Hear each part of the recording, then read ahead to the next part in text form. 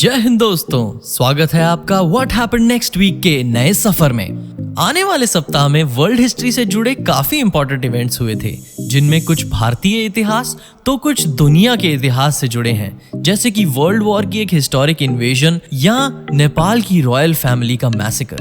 तो आप वीडियो को एंड तक जरूर देखें ताकि आप इन सभी हिस्टोरिकल इवेंट्स को अच्छे से समझ सकें।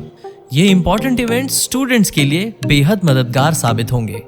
पर ये सब जानकारी देने से पहले मैं एक रिक्वेस्ट और करना चाहूंगा कि हमारे चैनल को सब्सक्राइब करना ना भूलें और वीडियो पसंद आए तो लाइक जरूर करें।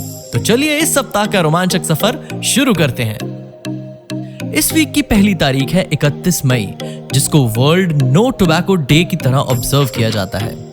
इस तारीख को वर्ल्ड हेल्थ ऑर्गेनाइजेशन के मेंबर स्टेट्स ने 1987 में चूज किया था और हर साल इस दिन WHO द्वारा टोबैको के कारण होने वाले नेगेटिव इफेक्ट्स पे ग्लोबल कैंपेन्स चलाए जाते हैं। कैसे यूथ को टोबैको इंडस्ट्री मैनिपुलेट करके अपनी ओर अट्रैक्ट करती है और कैसे हर साल लाखों लोग टोबैको के इस्तेमाल से रिलेटेड बीमारियों के कारण अपनी जान गंवा देते हैं, इसके बारे में भी अवेयरनेस दी जाती है। अब रुक करते हैं 1 जून की ओर, जिस दिन 2001 में नेपाल की रॉयल फैमिली का मैसेकर हुआ था, जिसमें नेपाल के किंग बीरेंद्र और उनकी रॉयल फैमिली के 8 और मेंबर्स का मर्डर कर दिया गया था। आपको ये जानकर आश्चर्य होगा कि इस मास शूटिंग को अंजाम देने वाले और कोई नहीं बल्कि नेपाल के किंग बीरेंद्र के ही बेटे प्रिंस दीपेंद्र ने किया था, जिन्होंने खुद को भी बाद में गोली मार ली। इस मैसेकर का रीजन एक मैरिज डिस्प्यूट बताया जाता है, क्योंकि प्रिंस दीपेंद्र की चॉइस देवयानी राणा, जिनके राणा डायनेस्टी के इंडिया में रिलेटिव्स थे, उनके साथ नेपाल की रॉयल फैमिली अपने रिलेशंस नहीं जोड़ना चाहती थी और शायद इसी वजह से ये मास शूट आउट हुआ, जिसके कारण किंग बीरेंद्र के भाई ज्ञानेंद्र नेपाल के अगले किंग बने। इसके बाद आती है 2 जून, जो नासा के मून मिशंस के लिए एक बहुत ही ऐतिहासिक तारीख है, क्योंकि इस दिन सन 1966 में नासा द्वारा लॉन्च किए गए सर्वेयर 1 की मून के सरफेस पर सॉफ्ट लैंडिंग हुई थी। ये एक अमेरिकन स्पेसक्राफ्ट की किसी भी स्पेस बॉडी पे पहली लैंडिंग थी। इस मिशन से लूनर सरफेस की 11,237 स्टिल फोटोज भेजी गईं और इस मिशन से मिली जानकारी आगे आने वाले अपोलो मिशंस के लिए बेहद फायदेमंद साबित हुई। आइए अब बात करते हैं 3 जून की, जो कि इंडिया की फ्रीडम स्ट्रगल की एक लैंडमार्क डेट है।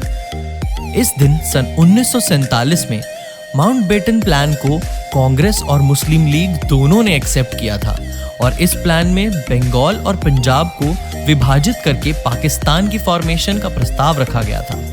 15 अगस्त 1947 को official handing over of power की डेट तय की गई थी। इस प्लान के प्रोविजंस को मद्देनजर रखते हुए ही इंडिपेंडेंस एक्ट बनाई गई थी और 3 जून को हमारी हिस्ट्री की एक बहुत सिग्निफिकेंट डेट भी कहा जा सकता है। चलिए 4 जून की ओर, तो इस दिन सन 1989 में बीजिंग में स्थित तियाननमेन स्क्वायर पे चल रहे एंटी करप्शन और डेमोक्रेटिक रिफॉर्म्स के फेवर में हो रहे प्रोटेस्ट्स को मिलिट्री फोर्स यूज करके काफी वायलेंटली एंड किया गया। अप्रैल के महीने में शुरू हुए ये प्रोटेस्ट्स मोस्टली स्टूडेंट यूनियंस ने किए थे, जो कि कम्युनिस्ट पार्टी की बढ़ती करप्शन से तंग आ चुके थे और चाहते थे कि फ्रीडम ऑफ स्पीच और प्रो डेमोक्रेटिक रिफॉर्म्स को इंट्रोड्यूस किया जाए। इस मिलिट्री एक्शन में कितने लोगों की जान गई, इसका कोई ऑफिशियल फिगर कभी पब्लिश नहीं हुआ, पर जिस प्रोटेस्ट में लाखों लोगों को डिस्पर्स करने के लिए मिलिट्री यूज की गई हो, तो अंदाजा लगाया जा सकता है कि कितने हजारों लोगों की जान गई होगी। ये दिन चाइना के इतिहास में एक काफी ट्रैजिक दिन था। अगली तारीख है 5 जून 1967, जब शुरू हुई थी इजराइल और अरब कंट्रीज जैसे कि इजिप्ट, जॉर्डन और सीरिया के बीच हुई मशहूर 6 डे वॉर।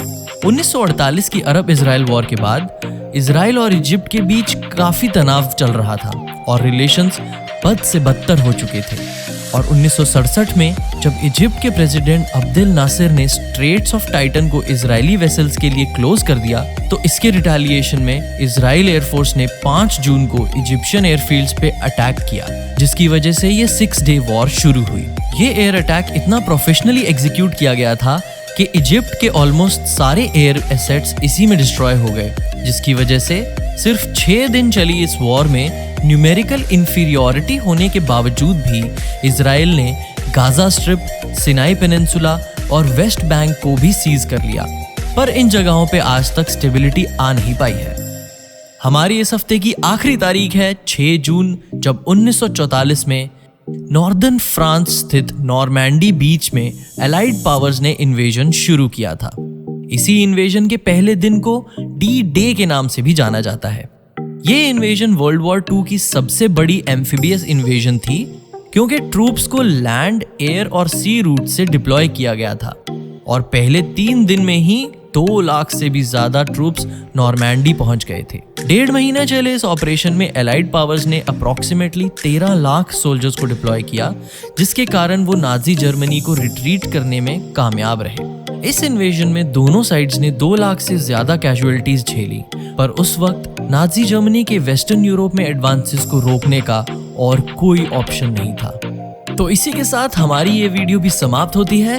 वीडियो में मेंशन किए गए सभी इवेंट्स को अगर आप विस्तार से पढ़ना चाहते हैं तो इनके लिंक्स डिस्क्रिप्शन में दिए गए हैं। उम्मीद है आपको ये वीडियो पसंद आई होगी। ऐसे ही द क्रेडिबल इंडियन को सपोर्ट करते रहें, सतर्क रहें, सुरक्षित रहें। जय हिंद।